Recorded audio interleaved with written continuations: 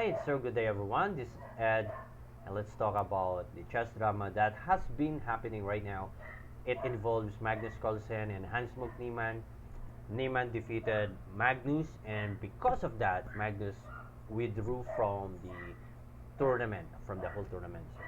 And because of the decision, unexpected decision of Magnus, the speculation about cheating has also been brought up. It's like, oh, why? There's no further details, right? There's no further explanation why Magnus did that. He didn't say anything, but the speculation about cheating has been brought up because of the history that Niemann has been done before, involved before with chess.com. So that is the reason why people are speculating about cheating. And there's no evidence. It's difficult to cheat over the board, and he admitted that he did before online but not over the board. That's according to Niemann's statement. If we will suspect someone or if we will suspect something, we have to investigate and we have to answer the how. And right? We cannot like conclude that oh he really did. But we have to what? To provide something, a concrete evidence that he really did. So let's say for the sake of context, that he did. Okay, I'm not saying that he did, but for the sake, okay, let's say he did. The next question that we have to answer is how. What kind of device did he use? What kind of what electronics did he use? What kind of magic tricks did he do for not getting caught? That's difficult. That's if he actually did some like a trick to do it. That's wow. That's pretty clever. How could you pull up that kind of trick? Not getting caught, defeating Magnus. As you know, let's just go for that kind of idea. We need to check the two sides of a coin before we conclude anything, because it's difficult to say anything, right? That oh he actually did. The question is how. Is there any evidence, right? So yeah. If there's no device or if there's no like electronics has been gotten or caught, like how? Probably might have someone connive or work with him, sending signals, hand gesture, or eye contact. Yeah, eye contact is difficult. How can you like E4? It's difficult eye contact. Probably mouthing the words without making a noise, like. So it's the question is always how. We have to answer that. If we are suspecting someone that, for example, oh this person steals my money, and the question is how. Any evidence, right? So too many questions to answer. And if this tournament, for example, this tournament, okay, it's already done, finished without any resolution, without dealing the issue, it's like wow, seriously, the name of a man, grandmaster has been tarnished. Not really. Right now, it's been tarnished, and the hate, the trash talking around, like it's unbelievable and ridiculous. So it's a saying that until proven guilty is innocent. So you have to provide something. The organizer, the arbiters have to provide, or have to conduct an investigation before it's getting bigger. The issue is getting bigger. So I'm not saying that he did or he did not, because I don't know. It's Magnus Carlsen, right? Let's be real. When Magnus like act like weird, it's unlikely for Magnus to act like that. Why? What's the reason?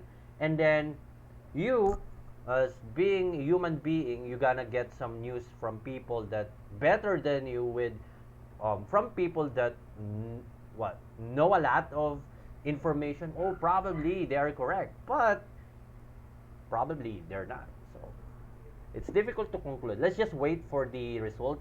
If the Grand Chess Tour is um, arbiters or organizer are doing some investigation, let's just wait for whatever result. But okay, let's just check first how accurate Niemann's Niemann's game versus Magnus Carlsen. We will just go quickly. This is the engine and the evaluation, of course. Let's see how accurate. So D4. I will not go with the opening, whatever.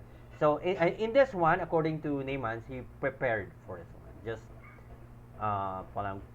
like quick preparation, quick checking the lines, and bingo. Magnus played this one. So that is according to him. Before knight f3 still line though, and here there's a change here. C5 and negative 0.03, and from this position, okay, it's actually black is looking good. Negative 0.03. It's all black here. Knight f3, and then c5, castling. C takes d4, bishop d7, queen a5, c takes d4, and Magnus should capture it with the c takes, queen takes, knight takes d4. So c takes, queen takes, or knight. So let's see what Magnus did. Queen takes and negative 0.012. Knight c6, bishop d7, queen takes d4. Knight c6, that is the first line of the engine here. Queen takes c4 and e5. Let's go for the e5 here. So e5 is a draw game, equalizer of the game. The best move here is knight a5, negative points. It will remain the good position, or a little bit advantage for Niemann's here. Knight a5, e5, bishop d7. So let's go for e5, and then bishop g5 for Magnus. Now the evaluation bar is telling us, okay, it's equal now. The position is equal. Most likely, if they would continue the computer line, the engine line, it will end a draw.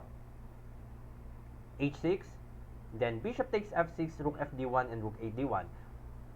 If Magnus would decide to go bishop takes f6, still 0-0 equal. If rook fd1 or rook ad1, whichever rook will go here, that gives black an advantage, a slight advantage. Rook fd1, bishop. Let's go for this bishop e6. Bishop e6, and now negative 0.22. Rook takes d8. So Magnus decided, let's go for the queen to queen here. Exchange. Let's trade our queens. Capture, and of course that's an obvious move. You have to capture the rook. Bishop takes f6, g takes f6. That's the first one, and king f1. From this position, negative 0.67, almost getting to negative 1. If you're for their level, it's difficult to. Of course, you have to make sure the negative 0.0 became at least near closer to negative 0.00, or else if black could find a way or manage to hold this position, we could win. So right now we had negative 0.067. Rook d8, first line, king e1, bishop e6 again, knight a5 or b6. Let's see. Knight a5, that is the second line of the engine. Rook d1, rook c8, rook takes d1, and then rook c8. Knight d2, bishop e6, bishop a2 or b5. Let's go for bishop e6, avoiding the trades. Bishop e6, saving the bishop. c4, and then king f8, b6, and king g7. Bishop takes here. So bishop takes here. Okay, it's not part of the suggestion here. King f8, b6, and king g7. But okay, let's go for bishop takes c4. Still slightly advantage for black. Knight takes c4. Rook takes c4. Rook d8 check. Okay, continue. It's still okay. Analyzing the game though, but let's continue. Just a check. King g7. Rook a8 or bishop d5 f4. Bishop d5 attacking the f7. Rook c7. This is for me. If I'm a player, I gotta go rook c7 just to support the 7th rank. If the rook would go here, I don't know what happened, but I think white would do something crazy here. So rook c7, I think that's first one. And rook a8, a6. Okay, let's go a6. You have to save the pawn. and rook b8, rook c1 check, f5, rook d7. And what happened? f5. Okay, second of the line, and then continue e4, g5, and here rook c5 attacking the bishop, and then bishop a2. If we will check here the evaluation bar, it's negative 1.85. This is crazy, almost negative 2. So the engine is telling us that okay, it's negative 1.85. How can you draw this one? It's like black is definitely winning here from this position. Knight c4. Let's check the knight c4. It's third line, knight c4. F takes g4 is the best line here. Rook c2 after, and then knight c4. That is according to the engine. Knight c4. Capture. No, a4. Okay, second line. And knight d6. F takes g4. King f6. Knight d6 attacking the rook, and of course protecting the b7, the f7 pawn. Still rook e7. Rook c2, f takes g4, and e3. Just capture the pawn. Rook 7, then e3. The first line is e3 for what? A checkmate. If here, let's just e3. It's been moved here. If rook takes, of course, there's a checkmate. That's an obvious. F takes e3, and then here knight e4. Another mate threat for black here. King f1. You have to escape your king, or else checkmate. Rook c1. The rook c1 is the second line here. Still though, negative 2 for rook f5, but rook c1 is still good. And here rook c2, targeting two pieces, double attack the pawn on f2 and bishop on a2. Bishop takes f7, rook takes e2 check, king g2, and king just check first. Okay. And king g2, king f6, check again, e1, and now king f6. Ooh. Bishop c4, bishop d5. It's like whatever white would do here, it's negative 1.2 way to 90. So the best here to at least to lessen the negative is, or to make it a little bit probably lower than negative 1.90 is by capturing the pawn. But after of that, bishop d5, I thought it's negative 1.90, then after the move it become negative 1.7. Still black is doing good here. Rook d2 check. Okay, rook f4, no, rook this, and then knight g5, line again, first line, bishop f7, then king f5. Ooh, what a move. Oh, just hold on. So knight g5, and Niemann's expecting the check, bishop f7, giving away this rook. Ooh, that is clever. That is impressive actually, because of this check, simplifying the game. That is how you simplify the game. Exchange the rook, king g2, capture. Of course, a5 is vital here, because you have to make sure that all of black pawns will be be on the light square for your bishop. And then let's continue, check, capture. Now two pass pawn on the king side. How can you? It's negative 7 now. Push pawn. Still continue. It's getting higher. Negative 12. Negative. Wow. So here, from this position, negative 15. There's no way for white to win this one. So after Niemann got the negative 0.0 something lead, he didn't like let that go, that moment. Like, I will not let you to get negative positive sign here, even 0.00. I will not. I will make sure that I gonna hold on that one, and will grind you more, and will win this one. So this bishop is actually a good one, because it's blocking all the possible escape of the knight. But after the king e5, and knight will go anywhere after. Whew.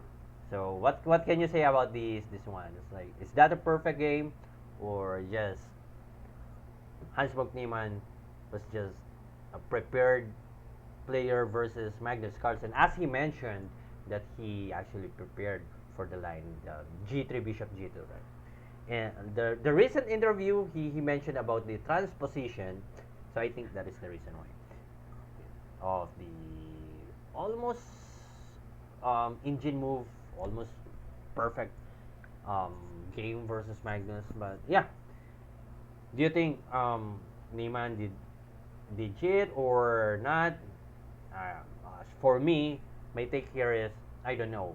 It's, we have to wait for the Grandchester body to investigate before we throw any conclusive result. Like, and we should not be biased because any any wrong speculation might lead to worse scenario. So let's just wait for right body, right investigation body to really investigate and check the whatever they need to find.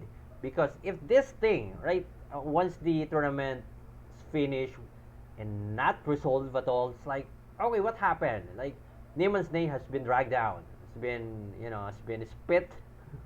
It's like, alright, does people like do people need to apology, like throwing a lot of accusation? We don't know. So, and at the same time, Magnus didn't give any any explosive detail about, let's just let people speculate. I don't know, probably, but yeah. So if you enjoy this one, don't forget to subscribe. But I hope this incident will finish gracefully. This is for the sake of chess. Come on, we are not big as basketball or football or baseball or soccer. We are we badly need this. We badly need to promote chess for people to understand. Chess is chess is something that we need to support. Why? Because it is fun. It is good. This is our sport. This is our passion. So Grandchester should resolve this issue. We are not as big as other sports, so we need to work as one and help as one to promote our passion, our sports, the sports that we really love. So this is saddening, but at the same time, let's just wait for whatever result they gonna give us. So for now, thank you so much and have a wonderful day.